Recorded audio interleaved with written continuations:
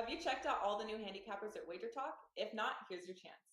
You can take 50% off your first daily or 3-day all-access purchase at WagerTalk using coupon code TRYWT. Our new roster of experts is 30 deep, covering sports from all around the world, giving you tons of options to choose from. All you have to do to redeem this offer is go to WagerTalk.com, choose a handicapper of your choice, and use coupon code TRYWT at checkout, saving 50% on your first purchase.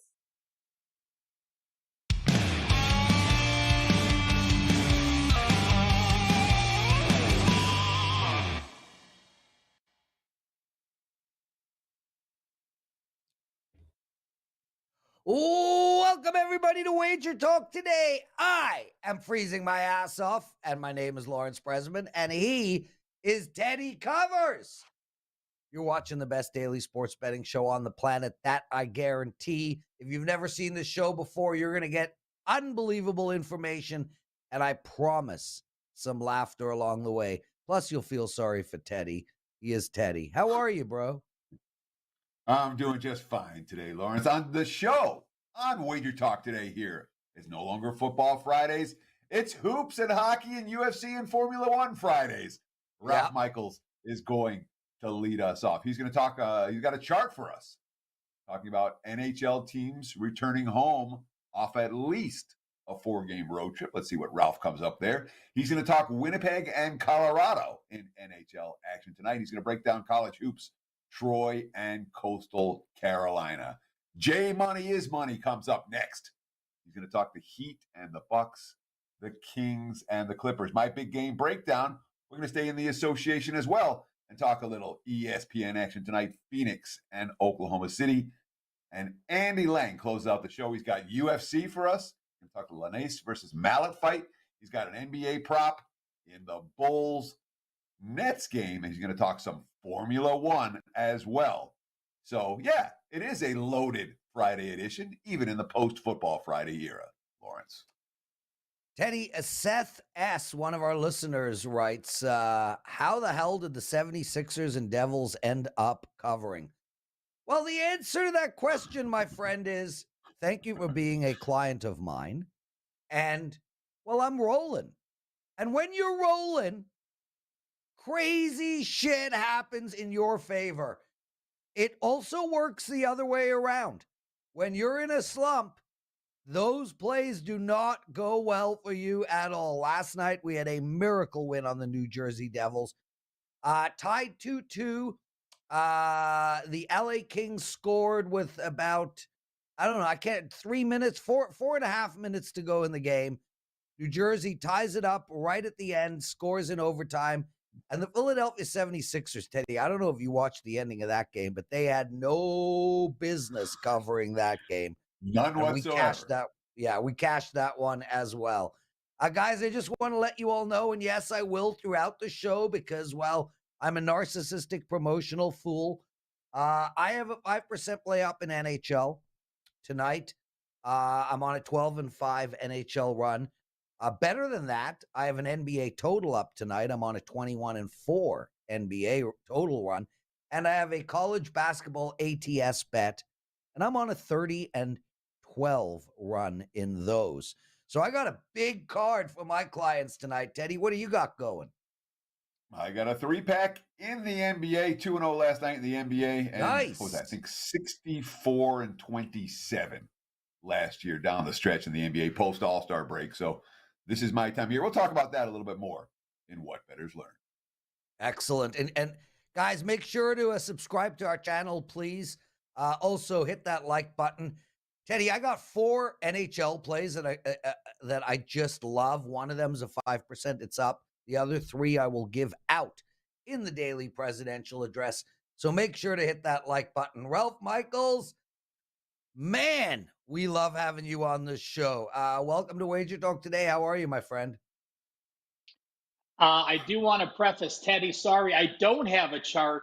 We are going to talk about that situation in the NHL, but again, no chart to break it out. So sorry if I disappoint, but there really wasn't chart worthy because we're just talking about a system that's going to occur. Ralph, and it's a great topic. It's something that Carmine, Andrew, and I talk about regularly. You're going to take a look at teams returning home off at least a 4-game road trip. Now, a couple of nights ago, we were in this spot, and I bet the team coming home would lose. I tend to lean towards betting against that team coming home, and I'm curious to know if I'm right or wrong. And also, if the West Coast trips for the East Coast does come into play here as well. Ralph, I hand you the mic. Prez, unfortunately, I can't break down the West Coast to East Coast. I could break down the previous opponent on the road, but I can't break down where they were as far as geographically. But this is just something general, something I want to bring up, that if you're looking to play the game, you're not going to do it blindly, but it's something you have to think about. And, you've heard our conversations on this show and numerous shows. When NBA teams are playing around the holiday, you're in your groove. The road teams are a business trip. They're playing in a groove. The home teams are celebrating holidays, spending time with family and friends. Same thing with NHL teams that are on a road trip.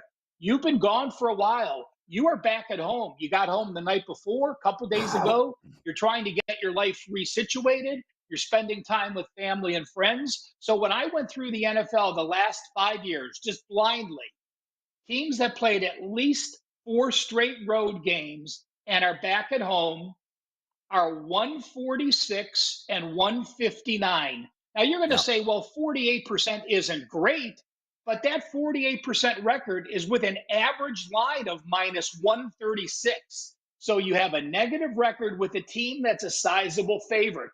You're down 38 units. It's a minus 8.4 ROI. And yes, if you're betting the opposite, it is profitable in this situation. When I do one parameter, it even gets better. When I take teams that have at least played 4 road games and lost their last game, that now turns into a 42.6% record with an average line of minus 111. That's minus 36 units and a very powerful minus 17.7 ROI. 2 teams apply tonight. Now, I'm not saying to bet these teams, but the Flyers are minus 150. The Jets are minus of those teams are returning home off a 4-game road trip and lost their last game. And if I do one more situation, teams that played at least 4 road games and their opponent won their last game at home.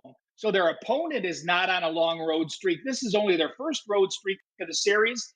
That record, 38.4% with an average line of pick'em, 101.4.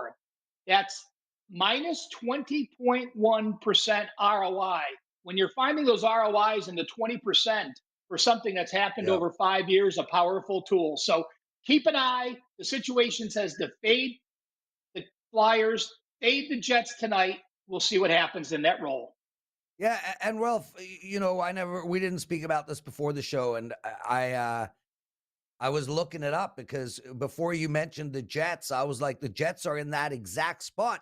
And Ralph, the Jets cover all 3 of those spots. You had Colorado 1 at home. You had the Jets play 4 games and lose their last one.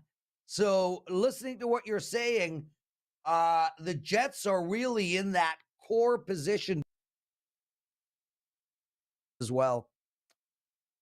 That's play for me that I'll be talking about in the daily presidential address. I love Colorado tonight, and I love them for those reasons. And I'm so glad you came on the show and sort of explained it.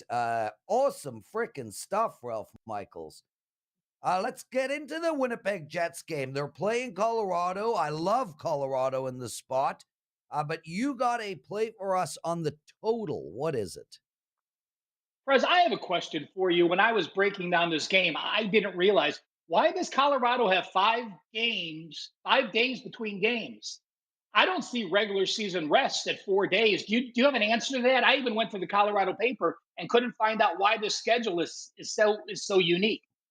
Well, I know that every team gets close to a week off during the year. 4 or 5 days doesn't feel like a week to me, but maybe that's the reason. Maybe this is their 5-day block where, because I do know, in the NBA, they have to rest every day, right? Like LeBron is sore and Curry is sore. Everybody's sore. They're a bunch of, anyway, in NHL, they get like 4 or 5 days off a year a season, Perfect. so that must be it. But Ralph, I mean, I would be very curious to know whether that favors Colorado or not. For me, I would tend to bet against teams coming off of a long rest. As a guy who plays hockey, there is a rhythm to this game, and you do need to have warm legs. I think that's a bet against scenario normally. However, you did point out that betting against Winnipeg is the right play tonight, but I don't have a real answer for you. I did look. I'm using the under in this game. Now it's a 5.5 total, but if you follow the NHL and you follow Winnipeg, you're never going to bet Winnipeg over the total. Period. No. It's just not going to happen. You have to be absolutely insane. So totals are 5.5. And anyone that watches the show, we talk about low totals, we talk about high totals, we talk about why they are for a reason. So I went to the database since 2016. Totals of 5.5%, nothing wow, but they're 49%. 5,000 games in the span with a total of 5.5. Actually, excuse me, 2,500 games because of both sides playing. And the over-under percentage is 49%. So don't be afraid to play under 5.5s because there are more unders than overs. But these numbers are astronomical. The Avalanche, 1-10 over-under their last 11 road games. Average total 6.3, average goals scored 5.0. So the Avalanche in their last 11 road games, 1 over, 10 unders, they're going under by 1.0 goals per game. Colorado against winning teams, 4 overs, 15 unders, average score 2.4 to 2.9. That's 5.3 goals, going under by 0.8 goals per game. And here's the amazing numbers. Winnipeg outright since December 15th, 3, 23, and 4. That's 3 overs, 23 unders, and 4 pushes. For those that need to do the math, that's 11.5% over or 88.5% under. And they're 1-10-2 over under at home, 1 over in the last 13 games. And Winnipeg, the Jets versus winning teams, 0 overs, 11 unders, and 2 pushes. Game 31-32. Don't be put off by a 5.5 total. Play the under. Look at the under in Winnipeg and Colorado tonight. Let's shift our focus from NHL to CBB. Talk a little college hoops. And this is a tale of 2 teams headed in opposite directions down the stretch. Troy and Coastal Carolina. Troy's been playing winning basketball of late. Coastal Carolina, they've got, I think, 1 win in their last 10 games. And I think they've only the 1 point spread cover in their last 8 from that 1 victory that they've had. So 2 teams that are clearly on divergent paths right now. Troy playing good, Coastal Carolina playing bad. Troy is a 10-point home favorite, total 143. What do we do with this one tonight in college hoops? Well, what if I just do exactly what Teddy said, play the hot team against the cold team, and I'm done? I could cross off all my notes. Appreciate that, Mr. Covers. Sorry. Like there's so much college basketball left. But how about if I tell you this is their final regular season game tonight? Their regular season is over. This is it for the Sun Belt. They play an early conference tournament. So, yes, we have a couple weeks left for the major conferences. Some of the smaller conferences, the season is actually over. I am going to go hot versus cold. And to me, there's a big difference if a team is on a losing streak at the beginning of the year or mid-season compared to the end. There's many times where you just see a team, I'm not going to say quit, but they basically have quit. Ohio State's one of those teams to me. I watch their body language when they get down. I'm a big fan of Chris Holtmann. We saw him fade against Penn State in another close game this past week. Coastal Carolina is that team. Coastal Carolina started the season 10-9. They're 1-9 down the stretch their last 10 games. As Teddy mentioned, they're 1-7 ATS. And I also like that while Troy has won 5 of their last 6 games, they did fail to cover 3 straight. But can I justify that? Absolutely. They played 3 straight road games. That's something that's unusual in the Sun Belt. Now they return home where they're 66-2 straight up in their last 8 home games. But it's the Troy defense that impresses me. They're allowing 41% at home. They're allowing 41% at conference play. We have a Coastal Carolina that in their last 8 games, they've shot in the 30s 6 times. They have not even reached 40% shooting in 75% of their last 8 games. On the flip side, while the Troy offense is nothing to get excited about, this Coastal Carolina D is a plethora of giving up easy baskets. They're last in the Sun Belt. And when I look at Troy in the series, Troy lost the earlier game this year. And if I look at the series history, Troy is only 1-7 in this series. Coastal Carolina has been the superior team for many years. Now Troy finally has a chance to be the big brother, to put a stomp on a team that's beaten them out of 7 out of 8 times, including kicking them out of the conference tournament last year. I think Troy gets it done against a team that has quit in their final regular season game. And I do want to say this. Final home games, senior day, you're getting, your parents are there, you're getting your jerseys. Most of the time, that's a negative. So don't think, oh, I'm excited about that. When I look at college football and I do studies on that, final home games have not been a positive. In college basketball, it's not a positive either. There's some distractions like homecoming weeks. I think they get past it in this situation. But I just wanted to share that thought about final home games. When I talk to people and they get excited, oh, this is a positive. It's their final home game and the seniors are going out with style. Oftentimes that's a distraction. And sometimes I look to play against the home team in the first half because of those pregame distractions early. We'll see how that pans out for the rest of this season. Great angle. Ralph Michaels, everyone. Ralph, stay with us for a sec. Ben Granger wrote, and I did address it already in the chat room, but I want to make mention of this for everybody again because it's important. He wrote, screw it. I'm going with the Bucks at -1.5 and the Knicks at -1.5. Jay Money might have something to say to that in a very short while. But the point I'm making is, guys, last year Ralph Michaels came on the show and he did a deep dive into whether you should take the money line or the point spread.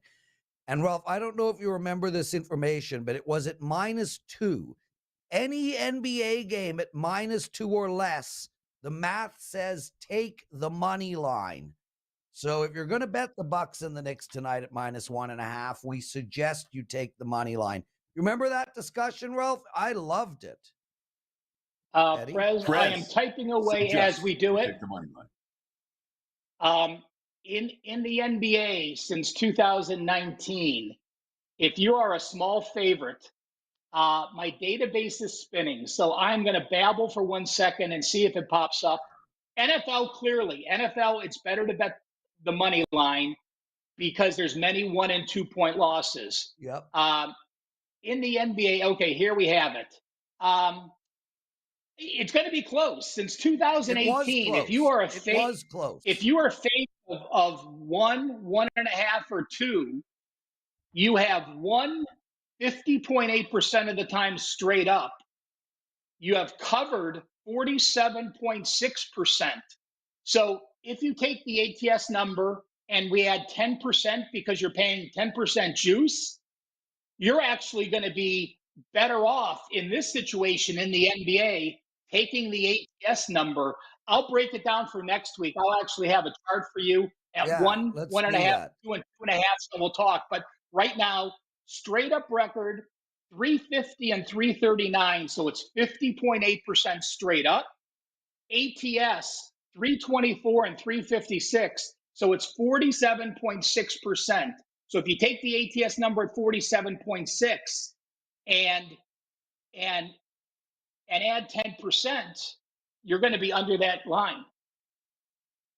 Yeah. Teddy? So my experience, Lawrence, and this is my experience, was I tried to play these games in the money line after I looked at the chart. And what happened was I was losing. Instead of minus 130, instead of minus 110, I was losing minus 125 and minus 130. I stopped doing that. And the results with the games between the twos for me has been better playing not on the money line, either taking or laying the points. And that's just been my experience. Tried it, didn't like the results, cost me more money, stopped trying it. And now it's I'm funny. back to like, and that's the way I'm playing these games. I've had the opposite experience, Teddy. I think it might have something to do with which games you're picking. Ralph, what do you have to promote? Nothing. You know, I had 3 plays today in one NHL, 2 college basketball. You got 2 of my plays today, but I will be back next Friday. Remember, we started college basketball. Bet on it. It'll be available in a few hours. That was the first episode last week. And next Friday, I will break down NBA small home favorites, money line versus ATS, and we'll see what happens if it makes a difference as a small away favorite or a small home favorite in that line. Stay tuned next Friday. You guys will know what the chart's going to be. Love it. Well, Michaels, everyone. Teddy covers. Let's keep this show moving along. What did you learn in the wonderful world of sports betting last night? So last year in the NBA, I had a decent first half. I had a monster second half, 64 and 27. Yeah. 70% in the NBA, counting every play, every day, over a 4-month span, late February to late June. Real good. I went 2-0 last night in the NBA. This is the season. All right? This is the season for betting NBA. NBA power ratings don't change that much. The markets react to the trade deadline. They react to injury far more than changing the level of play. We're going to see switches getting flipped right here, right after the All-Star break. There's a 20, 25-game sprint to the playoffs. The regular season is only 6 weeks ahead, 6 weeks from now, April 9th. Look, in the NBA, if you're paying attention to current form, I don't mean paying attention day in, day out, you're going to make money. If you're betting against tanking teams in the NBA, you're going to make money. If you're betting on teams who must win to improve their playoff positioning, you're going to lose money. All right? Markets are going to fixate on the season-long stats. College hoops is about to suck all the oxygen out of the what numbers are we going to take extra time with room when it comes to setting point spreads. The next 6 weeks in the NBA are freaking gold. My volume goes up. This is my highest volume time in the NBA season. I'm looking forward to it starting tonight. That's what I learned last night, Prez. What about you? Well, I want to talk to that really quick because that is a great, great point. And Teddy, you know, me and you have been handicapping and separately and together for 20 years, give or take. And one thing I know about you, brother, when you say September in the NFL is gold, it's freaking rhodium. You have this ability to isolate moments inside of a season where you just kill it. Guys, I would 100% take what Teddy said seriously. He does this every year. I mean, his NFL September is probably the greatest single month in any sport that we have.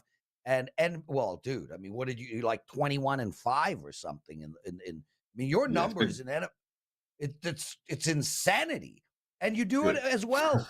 I mean, I was with you every step of the way last year in the NBA season, talking to you, watching you, and that second half was ridiculous. So, guys, take that seriously. J Money, anything to add to Teddy's thoughts about this window, this next 6 weeks being a golden opportunity? Yeah, not much more I could add. He's spot on. We know who the teams are now. We know who the taking teams are. I also think this the best time to bet win totals as well. Right after that's something I kind of realized this year after All-Star break. That's when you really know who a team are. You can kind of, and it's easier to map out the last 20 to like 22 to 25 games as well. It's a lot easier than doing the whole 82 game season. So I think that this is also the best time to look at some regular season win totals as well. Well, give us one. I like to. I have to go through my notes, but I know I'm fading the Kings, man. I know a few of them. I like the Jazz under 38.5 wins. It might have changed since they did get a win last night, but Jazz and the Kings are a couple of teams that I do think will go under their regular season win total at the current total, and also another one could be Spurs and Hornets as well, man. A couple of teams who don't want to win games. So if you'd like to, you could just take the tanking teams, but also think the Kings and Jazz will slide in the standings over the rest of the season. Jay Money joining us, everyone. You're watching Wager Talk Today. Jay, let's get into it. You've sent in 2 NBA games to discuss, but I'm going to throw a third at you.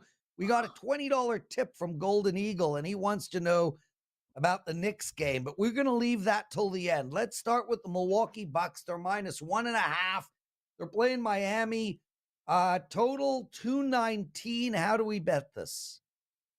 Yeah, I'm looking towards the Heat in this one. Obviously, we know that Giannis is a little banged up. He has a wrist injury. He is listed doubtful. I don't think he plays in this game. I mean, why would you? The Bucks are sitting comfortably at number 2 seed over there in the Eastern Conference. I like the Heat here. They are 4-1 ATS last 5 meetings versus the Bucks. They obviously have a grudge versus this team after getting kicked out of the playoffs the year before last. They are 2-0 straight up this year versus the Bucks without Giannis. And like I said, I don't think that he'll be playing there today. Obviously, that's huge. Historically, they are great playing on 3 days rest as well. 37-16 in their last 53 games. We know that Spoelstra really is a great coach. He can coach his team up well. Even more than that, coming off All-Star break, the Heat are 7-1 ATS in their last 8 with 8 or more days rest, man. So like I say, Spoelstra is getting the team ready in this one, and also the 12-game win streak for the Bucks. The All-Star break couldn't have came at a worst time, in my opinion. When you're hot, you don't want that break. You want to keep playing. So with the 8-9 days off, I really think it's going to throw a little wrench in the Bucks' groove, and obviously not having Giannis out there is going to throw a huge wrench in their groove. In this one, Heat added some depth at the center position, Kevin Love and Cody Zeller there, but I don't really care about that. I think this is a Heat type of game. They come in here rested, and I think Spoelstra have a good game plan to beat these Bucks tonight. So Miami for me is a team that I kept on thinking that they were better than they actually were. And I think I've lost money overall betting on the Heat this year and made more money betting against them. Every time I've seen Miami, they've been great in this road dog role and the underdog role. My numbers show Miami right now 7-point spread covers all year as an underdog. They have not been the type of dogs they've been in seasons past. Does that concern you at all? Is Miami good? I mean, I guess my question is Miami good enough? Because I look at this team as a first-round playoff exit right now. I do not see them as a team primed to go deep in the Eastern Conference. Well, first off, it doesn't really matter what they do in the playoffs. This is a standalone game, and this one coming off the All-Star break. And if you hadn't had good success betting the Heat, Teddy, don't bet them tonight for me if you don't mind. I like the Heat here plus the 1.5 for a lot of variables. I do think they win this game. That was 10 out of 10 for handling the pain in the ass known as Teddy covers. I wonder why Giannis isn't playing tonight. Maybe sleep in his eye, sleep in his eye. He's got to take a break. Giannis just had an MRI on his wrist. So if a guy's having an MRI on something, like they let you know right there. Yeah, they let you know right there he's not 100%. Like I say, they're sitting comfortable right now. Another thing as well, when you have teams sitting like in the top seed or top 2 seeds and they have a comfortable lead, expect them to somewhat take their foot off the gas in certain spots as well. Like I say, it's just not a ton to play. It's different than the teams that are playing for the play-in tournament or certain seeds. Some of these teams are basically locked into the 1 or 2 seed. So the games don't necessarily mean as much to them. Jay Money joining us. Jay, Clippers at Kings. You've already mentioned that you are fading the Kings win-loss total. I think the Clips are a bet-on team moving forward. They're -7 tonight. Total has been jacked up. Now it's 237.5. How you betting this game?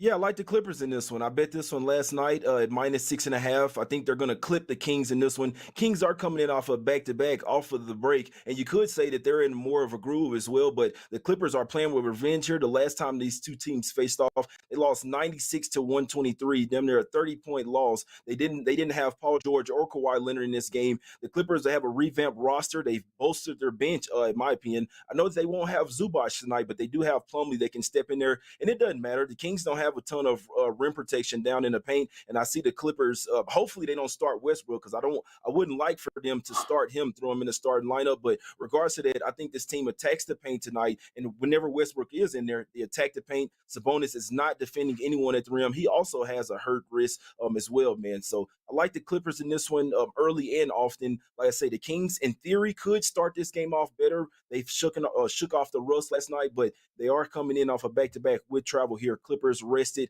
I think they'll make a huge push in the second in this later half of the season here. So we got to talk Russell Westbrook because obviously that is the move. And there's people on both sides of the aisle when it comes to Westbrook and the Clips. People that think they make him a whole lot better, people that make him a whole lot worse. What's your take? Does Westbrook make the Clips legit champion? I mean, they were already championship contenders. Is he move the needle kind of guy, or is he the guy that, as they acclimate to him, maybe they have some struggles early on?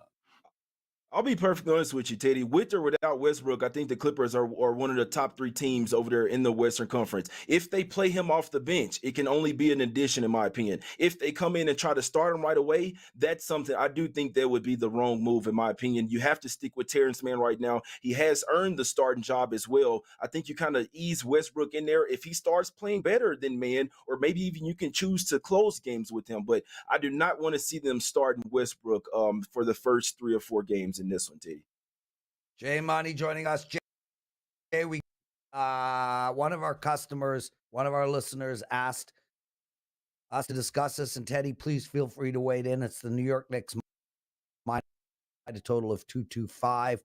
Real quick, Jay, 30 seconds. How do we bet this game?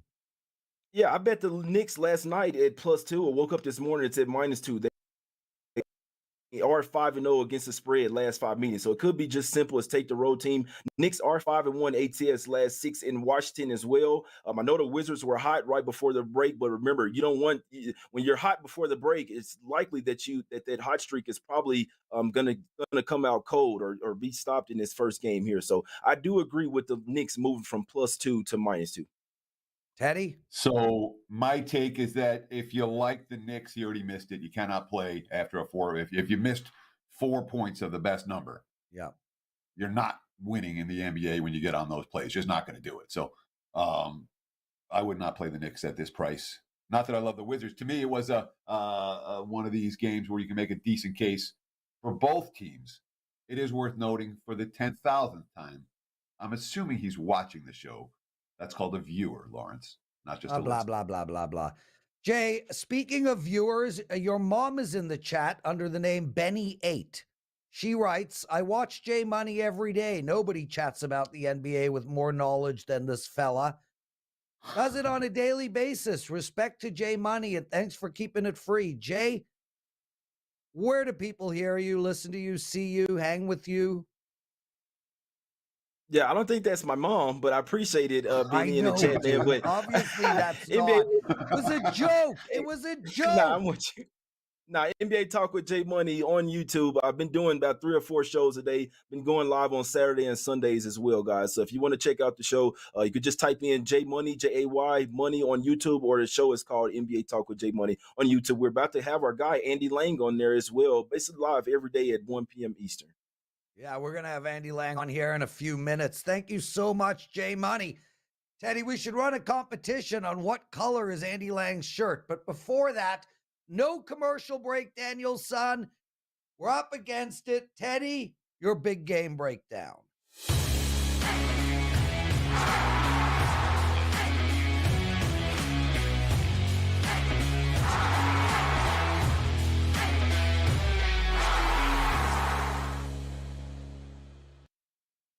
It is time for today's big game breakdown. Let's talk some NBA Friday night, ESPN style, the Oklahoma City Thunder and the Phoenix Suns. I'm not worried, at least not for tonight, about what the Suns are going to look like once Kevin Durant joins their lineup. Right now, Durant is still sitting in street clothes on the bench, and the Suns are a shorthanded squad that is starting Josh Okogie and Torrey Craig these days. Chris Paul, just shy of his 38th birthday, he's clearly lost a step or two or three at this point. And look, when you look at the Phoenix Suns bench right now, after the trade deadline, I'll be polite. I'll call it a work in progress. Their second unit is problematic. OKC off a brutal OT loss in Utah last night. They've got a winning point spread record on the second of back-to-backs. They beat Phoenix by 21 the last time these two teams met. And oh, by the way, they're 8-1 against the spread off their last 9 straight-up losses. And as underdogs on any floor at +3 or higher, 23-9-1 ATS. That's consistently producing profit. Too many points in this one. I'm expecting a battle, not a blowout. Client play for me on Friday night. OKC plus the points. And frankly, I get it right now. The sevens, I'm seeing 6.5 starting to pop. The money is coming for the Thunder as we speak. There's your big game breakdown. Back to you, Mr. Prez. Teddy, I don't know exactly what that had to do with the Winnipeg Jets and the Colorado Avalanche. But hey, I guess Daniel, our producer, is allowed a moment of brain crampiness, if you will. Yeah, we know you had the wrong graphic in there, you genius. So the irony is that I don't pay, like when I'm doing my big game breakdown, I'm not looking at the screen. I don't know. So you had no idea what I was talking about. There, I wouldn't know. Let's do it again, Dan. Just... Guys, it's Teddy's big game breakdown. No, I'm kidding. Oh my God. I can't do 2 of those. Oh, look, there we go. Good job, Dan. Good job. Andy Lang joining us. Andy, what's up? Oh, not much. That was funny. We could break down the Avalanche and the Jets if the producer really wanted us to, but no. We already did, Andy. We like the under and Colorado. Thank you for asking. So, Teddy, JT, what color is Andy's shirt? It's like a blood, it's a maroon, a mauve. Burgundy. Twice. There you go. That's the word we're looking for. Burgundy. Yeah. And he wears the same color every week. Yeah, it's not his color, dude. Andy, I'd like to redress. I think you're more in the forest green style. No, what I do is I wait to see what you guys are wearing, and then I pick my shirt to look different from you guys. That's what I do every Friday. I want to make sure I don't blend in with you guys. Basic wardrobe and production 101. Oh, there you go. What a pro you are, Andy. Okay, let's get into it, man. We're talking 3 bets. The first is on the UFC. Johan something or other against Mike Malott. Who's going to win this one? Is it the something or other? Yeah, it's the something or the other. I think this is a card where there are a lot of live dogs. We haven't had one of these cards for a while in UFC where a lot of underdogs cash. And I think this is a card where we could get several of them. And I really like Johan. You can say Linus or Lannis. I've heard announcers use both. So he's plus 180, and I like him to win by knockout, actually, over Mike Malott. Both these guys are Canadian, and there was something floating around Twitter. It's pretty funny that there hasn't been a Canadian fighter that's won a fight in a while, so they just put 2 Canadians against each other so we could guarantee a Canadian winner. Although it'll be a draw. It'll be a draw for sure. Bet the draw. This one's not going to be a draw. This is going to be fast and furious right out of the gate. So Mike Malott likes to come out swinging. He made he subbed a guy within 40 seconds on Contender Series, and then he made his debut in the UFC against Mickey Gall. Now he got the knockout in the first round, but make no mistake, he was getting pieced up and he was bloodied. And the guy he was fighting, Mickey Gall, is not known for his striking. Mike Malott showed terrible defense for striking, and I think he's ripe to get beat because Johan Lannis has power in those hands. His biggest problem is his cardio. We saw that in his debut in the UFC where he got exhausted and he actually got knocked out in the second round. His next fight against Darian Weeks, he wins by decision, and you could just see he was making an effort to not tire himself out. Malot's going to come out, push the pace, and Lanas is going to go right after him. And I think Lanas knocks him out in the first round. Don't blink on this fight. I think it's going to be over quick. Someone's going down. You're getting incredible money at plus 180 on a fighter who's got the power to knock out Malott, who in his last fight showed terrible striking defense. He showed he can get bloodied up. He showed that he's ripe to take a lot of shots to the head. I really like Lanas here at plus 180. And if you want to sprinkle Lanas by KO as well. Is this a dog and under type of scenario? Do you bet the under in this fight? 1.5 total rounds? Yeah, most of the fights they have at 2.5 rounds, but the books are telling you this is going to be a quick one because they're dropping it down to 1.5 rounds, and it's all going to be because of the pace that Malott pushes. Like I'm sure Lanas isn't going to want to come out and strike crazy because he knows his cardio and it is an issue. But as soon as Malott starts coming towards him and pushing the pressure, Lanas is going to go back to his roots. They're going to be swinging hard, and it's going to be an amazing fight to watch, just not a very long one. Andy Lang joining us. Andy Rick J thinks it's violent plum. Wow. Mm-hmm. What's with the adjective of violent? Though? Violent plum. As Never met a opposed violent plum. Yeah, The courteous that would plum. be a decent name for a band. Ladies and gentlemen, the Violent Plums. Okay, Andy, NBA, you got a prop bet for us on Nick Claxton. Go ahead. Yeah, let's take Nick Claxton under 24.5 points, rebounds, and assists. Claxton was a darling there for a while, taking over on his rebounds and over on his props. But then the trades happened, and his minutes fell. His numbers fell off a cliff. The 3 games before the trade for Durant, he was averaging 35 minutes, 15 points, 14 rebounds, and 2 assists. That's a 31 PRA. The 3 games after the trade, he drops down to 25 minutes, 7 points, 6 rebounds, and 1 assist. So the Nets just have this team that's just full of lots of wing players and lots of guys. And you look at Dinwiddie can be a ball hog. We saw that in one of his first games where he just took all the shots. Bridges is there, and they're just rotating a lot of players in and out of the lineup. I just don't think he gets the minutes, and I think the stats are spread out across this Nets team that it's going to be hard for him to get enough minutes, enough opportunities. My one concern is the Bulls defensively have been terrible. Big men have had success before the All-Star break, but I just go back to how much this Nets roster, these stats are getting spread out. This is a tough team to take overs on, so I'll try and take advantage of an under here tonight. Let's talk a little Formula One. That's this weekend, right? Bahrain, what are we going to do with your favorite racer, Max Verstappen? So actually, Teddy, we actually talked about the Bahrain Grand Prix on Monday, and what they're doing this weekend is they're testing, and they're testing at the Bahrain track. This is the first time they've gotten out on the track and test. The actual Grand Prix is next week, and we talked about Red Bull and Max Verstappen, and I saw nothing that leads me to believe anybody is going to be able to compete with him at Bahrain. They tested yesterday. He ran all of the laps for his team, which is a surprise because most of the time the teams run out both drivers. No, Verstappen ran all day. Their new car looked impeccable. The reliability looked great because they ran a ton of laps. They were the fastest. Ferrari looks pretty decent, but they interviewed all of the engineers, and pretty much the consensus was, yeah, the top teams are pretty close, but Red Bull still has the edge.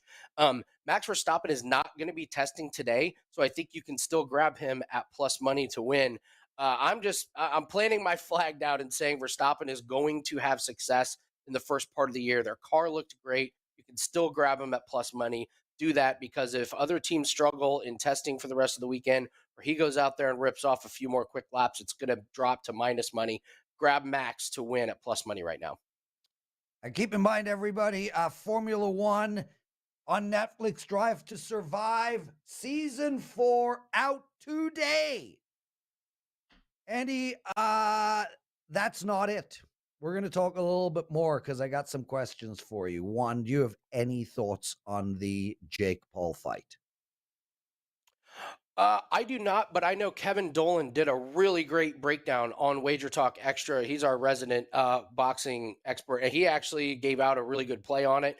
He's researched these guys. He's properly handicapped it. So I would default to Dolan on the Jake Paul fight. That's not a sport that I follow or handicap. Teddy, it's shocking. I got one more question for Andy, and if we don't get one more there is no daily presidential address. I'm shocked that we aren't at 200. We're at 99. Likes. Yeah, and one of those is me. Somebody, thank you. I gave Thank you in myself advance. a like. There, I just clicked. Andy, You gave me the like. No, I gave it to me, Teddy. Then I gave a thumbs down sure. to you. Thumbs down to you, thumbs up to me, and of course the violent plum. Andy, we got a great question from Austin Snow, and one I'm curious to know the answer to, because man, there's only so many hours in a day. Prez, can you ask Andy how he decides when to jump into some of these less popular sports and what he does to start handicapping them, since there really aren't power rankings in UFC, NASCAR, etc.? You want to try tackle that or save it for next week? No, I can give you a very brief answer, and then, yeah, we can go into it more depth. It's sport by sport. So with NASCAR, there are certain tracks that drivers and teams do better at. There are certain manufacturers that do better at certain tracks. With UFC, it's really dependent on the matchup. And if you follow UFC every week, and you have to follow it now to be successful at it, there are so many new fighters. There are so many new leagues. You really have to be on top of it. And you, like, I'm already handicapping next week and the week after. The plays for Saturday are over. You have to be a week out in advance, and you have to look at the matchups, and you have to beat the number. And golf is the same way. There are certain players that play really well at certain courses. I like recent form for my golf handicapping, so you'll see me betting on guys who are playing well, even if their course history isn't that great. But each sport has a little bit of a different way to handicap. But I guess I would just say you can't just jump in to these lesser known sports. You have to follow them each week. You have to know what's going on constantly, and you have to be a week out from your sports. If you're just now starting to handicap UFC for this Saturday, you're done. The books have already gotten the best number. The sharps have already gotten the best number, and you need to be moving on to next week. So it's a 52 weeks out of the year type of process, but I love it, and that's where we find the most success. So when someone asks me about handicapping a new sport or picking up a new sport, my advice tends to be the same. It goes like this: just start. Just start. That's all you got to do. Start, and you start by looking at the first matchup, and you break down this guy, and then you look at the second guy, and then you adjust. Start. And if you start, you may not have plays week 1 or week 6, but eventually you'll get there. Just start. That's what you do. To get from here to there is you start. Absolutely. There you go. Absolutely. Change the game, writes, nothing Prez loves more than something that involves Prez. Yeah, duh. What do you prefer, porn over your own woman? Like, you rather watch a movie than be in a movie? What does that even Andy mean? Lang. What does that even What mean? do you have to promote? What do I have to promote? So we're running a special Promote me, $199, gets all the plays. Please, let me promote myself for 10 seconds. You've been doing it for 13 years. So $199 gets all plays through the end of March. We're running well in all sports. 5-0 run in NBA. We got a 5% play up in UFC. We're on a 13-4 run there. We're up 46 units for the year. 8-3 in NHL. All sports are running good, including tennis and soccer. We're number 1 in those for the last year. Go grab all those plays for $199 all through March at WagerTalk.com. Andy Lang. Awesome job. And Andy will be back on.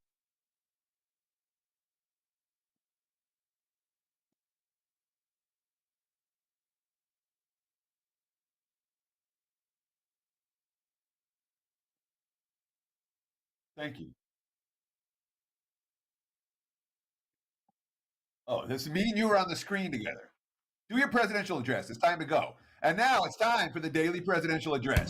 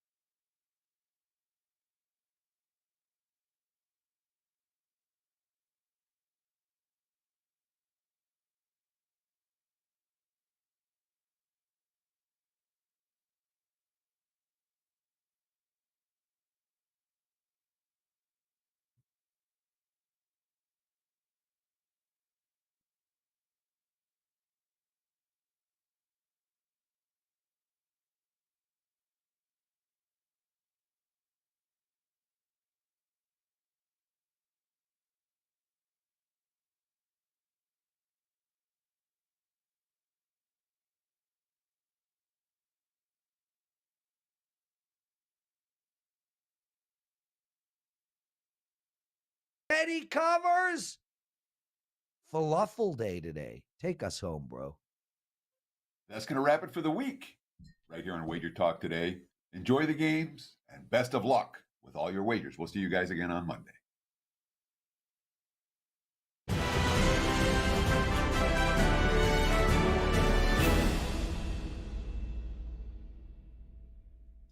Have you checked out all the new handicappers at WagerTalk? If not, here's your chance. You can take 50% off your first daily or 3-day all-access purchase at WagerTalk using coupon code TRYWT. Our new roster of experts is 30 deep, covering sports from all around the world, giving you tons of options to choose from. All you have to do to redeem this offer is go to WagerTalk.com, choose a handicapper of your choice, and use coupon code TRYWT at checkout, saving 50% on your first purchase.